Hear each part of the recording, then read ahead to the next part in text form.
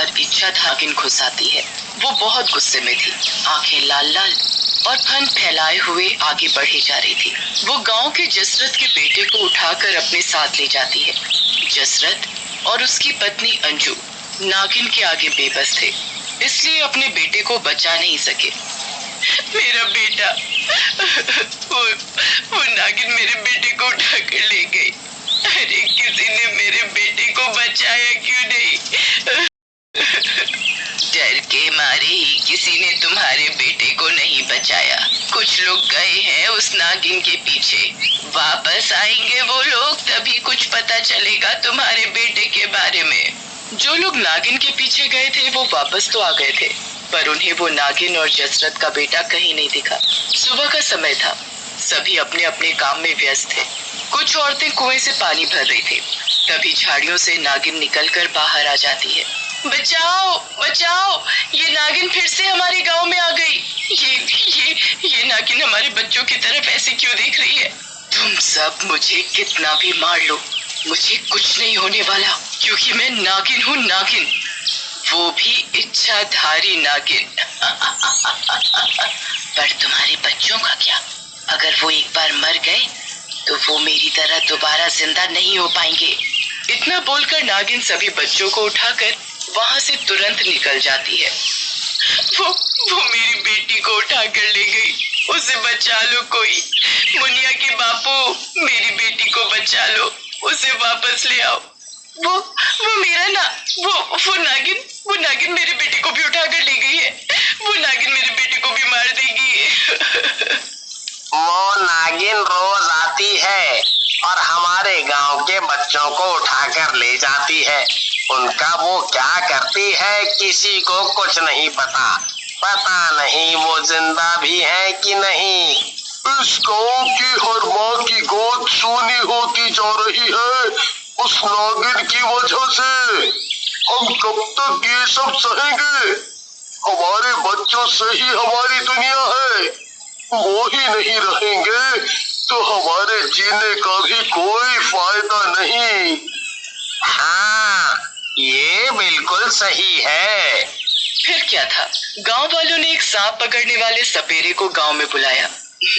अच्छा, मुझे पकड़ने के लिए तुम लोगों ने सपेरे को बुलाया है? ये इतना सा सपेरा क्या मुझे पकड़ पाएगा?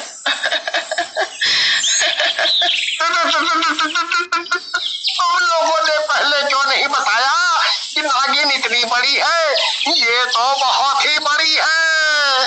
हमने तुम्हें बताया तो था कि नागिन बहुत बड़ी है। ये वही नागिन है जिसके बारे में हमने तुम्हें बताया था। नागिन अपना फन फैलाती है और सपेरे को डस लेती है। सपेरा तुरंत मर जाता है। तुम लोग कितने भी बड़े सपेरे को बुला लो, मेरा कोई कुछ नहीं बिगाड़ सकता। और अब मैं जिस काम के लिए आई हूँ वो करके ही जाऊंगी।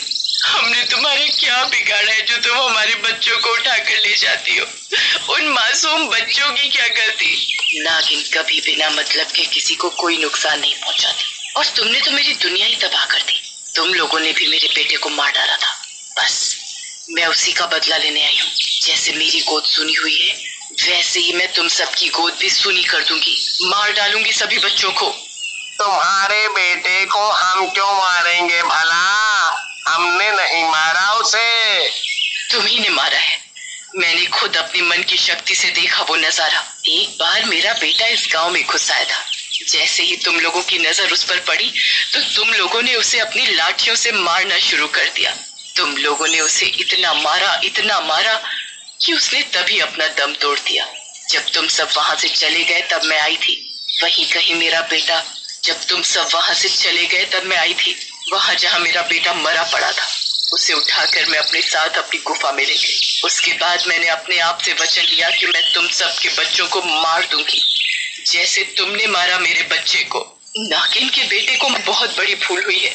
अच्छा हुआ मैंने वक्त पर अपनी गर्भवती बहू को बेटे के साथ शहर भेज दिया। तभी दूर से आवाज आती है, निर्मला चाची, ओ निर्मला चाची, तुम्हारा बेटा और बहू गांव में वापस आ गए। और वो अकेले नहीं आए हैं, वो अपने साथ आपके पोते को भी लाए हैं। निर्मला का बेटा कौशल और बहू विधि गांव में वापस तो आ गए थे, पर उन्हें उस नागिन के बारे में कुछ नहीं पता था। क्या बात है, आप सभी एक जगह इकट्ठा क्यों हो? आप सभी कुछ परेशान भी दिख रहे हो। गांव में सब ठीक तो है ना? क्या हुआ माँ, आप किस सोच में खो गई? अपने पोते को गोद में नहीं लेंगी क्या? हम लोग बहुत थक गए हैं सफर में, थोड़ा आराम चाहते हैं। गांव वाले और निर्मला उन्हें कुछ नहीं बताते। निर्मला उन्हें अपने साथ घर ले जाती है। शाम का समय था। निर्मला कुछ सोचते हुए अपने बहू बेटे को खाना परोस रही थी। तभी कौशल पूछने लगता है, माँ, तुम्हें मेरी कसम, बताओ क्या बात है? जरूर कोई बात तो है जो तुम हमें बताना नहीं चाहती। जब से हम गांव में आए हैं, गांव के लोग कुछ बदले बदले से लग रहे हैं। किसी के चेहरे पर कोई हंसी थी ही नहीं, सब गुमसुम से। निर्मला रोने लगती है और बोलती है, बेटा तुम अभी बहू और अपने बच्चे को लेकर यहाँ से वापस शहर चले जाओ। निर्मला कौशल को नागिन के बारे में सब बता देती है। फिर क्या था, गांव में तभी नागिन घुस आती है। कौशल अपनी पत्नी और बच्चे को अंदर छुपा देता है और एक चादर लेता है। उस चादर को वो इस तरह लपेटता है जैसे सभी को लगे कि उसमें उसका बच्चा हो। कौशल उसे हाथों में लिए बाहर जाता है और नागिन को वहां से जाने को बोलता है। ओ नागिन, इस गांव में आतंक मचाना छोड़ दे और यहाँ से जा। अब तू हमारे बच्चों पर नजर डालेगी तो हम तेरी आंखें निकाल लेंगे। तू मुझे जाने को बोल रहा है? हाथ में बच्चा पकड़े हुए है और मुझे चला भगाने। अगर मुझसे ऊंची आवाज में बात की तो तेरे इस बच्चे को उठाकर ले जाऊंगी। अब के आखिरी बार सूरत देख ले अपने बच्चे की, फिर कभी नहीं देख पाएगा, क्योंकि आज मैं इसे ही लेकर जाऊंगी। नागिन फौरन उसके हाथों से बच्चा छीन लेती है और जाने लगती है। कौशल नागिन का पीछा करता है और गांव के कुछ लोगों को भी अपने पीछे आने को बोलता है। कौशल की हिम्मत देख सभी उसका साथ देते हैं और उसके पीछे पीछे जाने लग जाते हैं। नागिन जंगलों के बीच अपनी गुफा में घुस जाती है। ये नागिन तो गुफा में चली गई, पर गुफा में इतनी रोशनी किस चीज की है? रोशनी की वजह से कुछ साफ नहीं दिख रहा।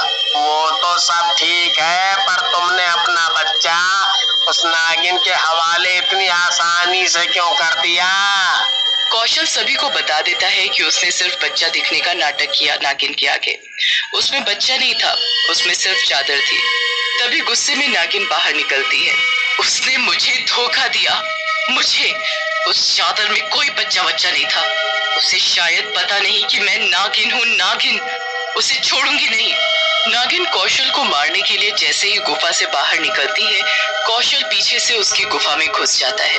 गुफा में घुसते ही वो हैरान रह जाता है। जो तेज रोशनी थी वो एक मणि से आ रही थी और वो मणि उसी नागिन की थी। उस मणि के आसपास वो सभी बच्चे बेहोश पड़े थे जिन्हें वो अपने साथ उठा लाई थी। नागिन ने किसी को नहीं मारा था। कौशल जैसे ही मणि को हाथ लगाता है, नागिन को एहसास हो जाता है कि मणि किसी के हाथ लग गई है। वो फौरन गुफा में पहुंचती है।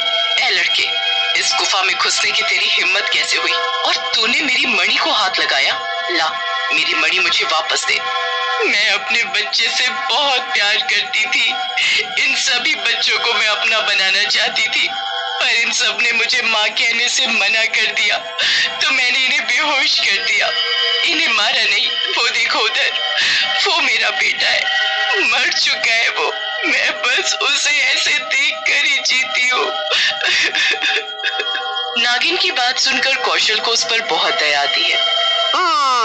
मेरे एक गुरुजी हैं, मैं उन्हें बहुत मानता हूँ, उनकी पूजा करता हूँ। तुम मेरे साथ चलो गुरुजी के पास, उनके पास तुम्हारी समस्या का हल जरूर होगा। नागिन कौशल के साथ चल देती है। ये भभूत तुम अपने मरे हुए बेटे के ऊपर छिड़क देना। उसकी आत्मा कहीं भी होगी, वो आकर उसमें वापस समा जाएगी और वो जीवित हो उठेगा। गुरुजी की ये बात सुनते ही नागिन की खुशी का कोई ठिकाना ही नहीं था। वो बहुत खुश थी। नागिन और कौशल वापस गुफा में जाते हैं। नागिन जैसे ही भभूत अपने मरे हुए बेटे पर डालती है, वो सच में जीवित हो जाता है। नागिन अपनी शक्तियों से सभी बच्चों को पहले जैसा कर देती है। गांव के लोग अपने बच्चों को सही सलामत देख बहुत खुश होते हैं और कौशल का शुक्रिया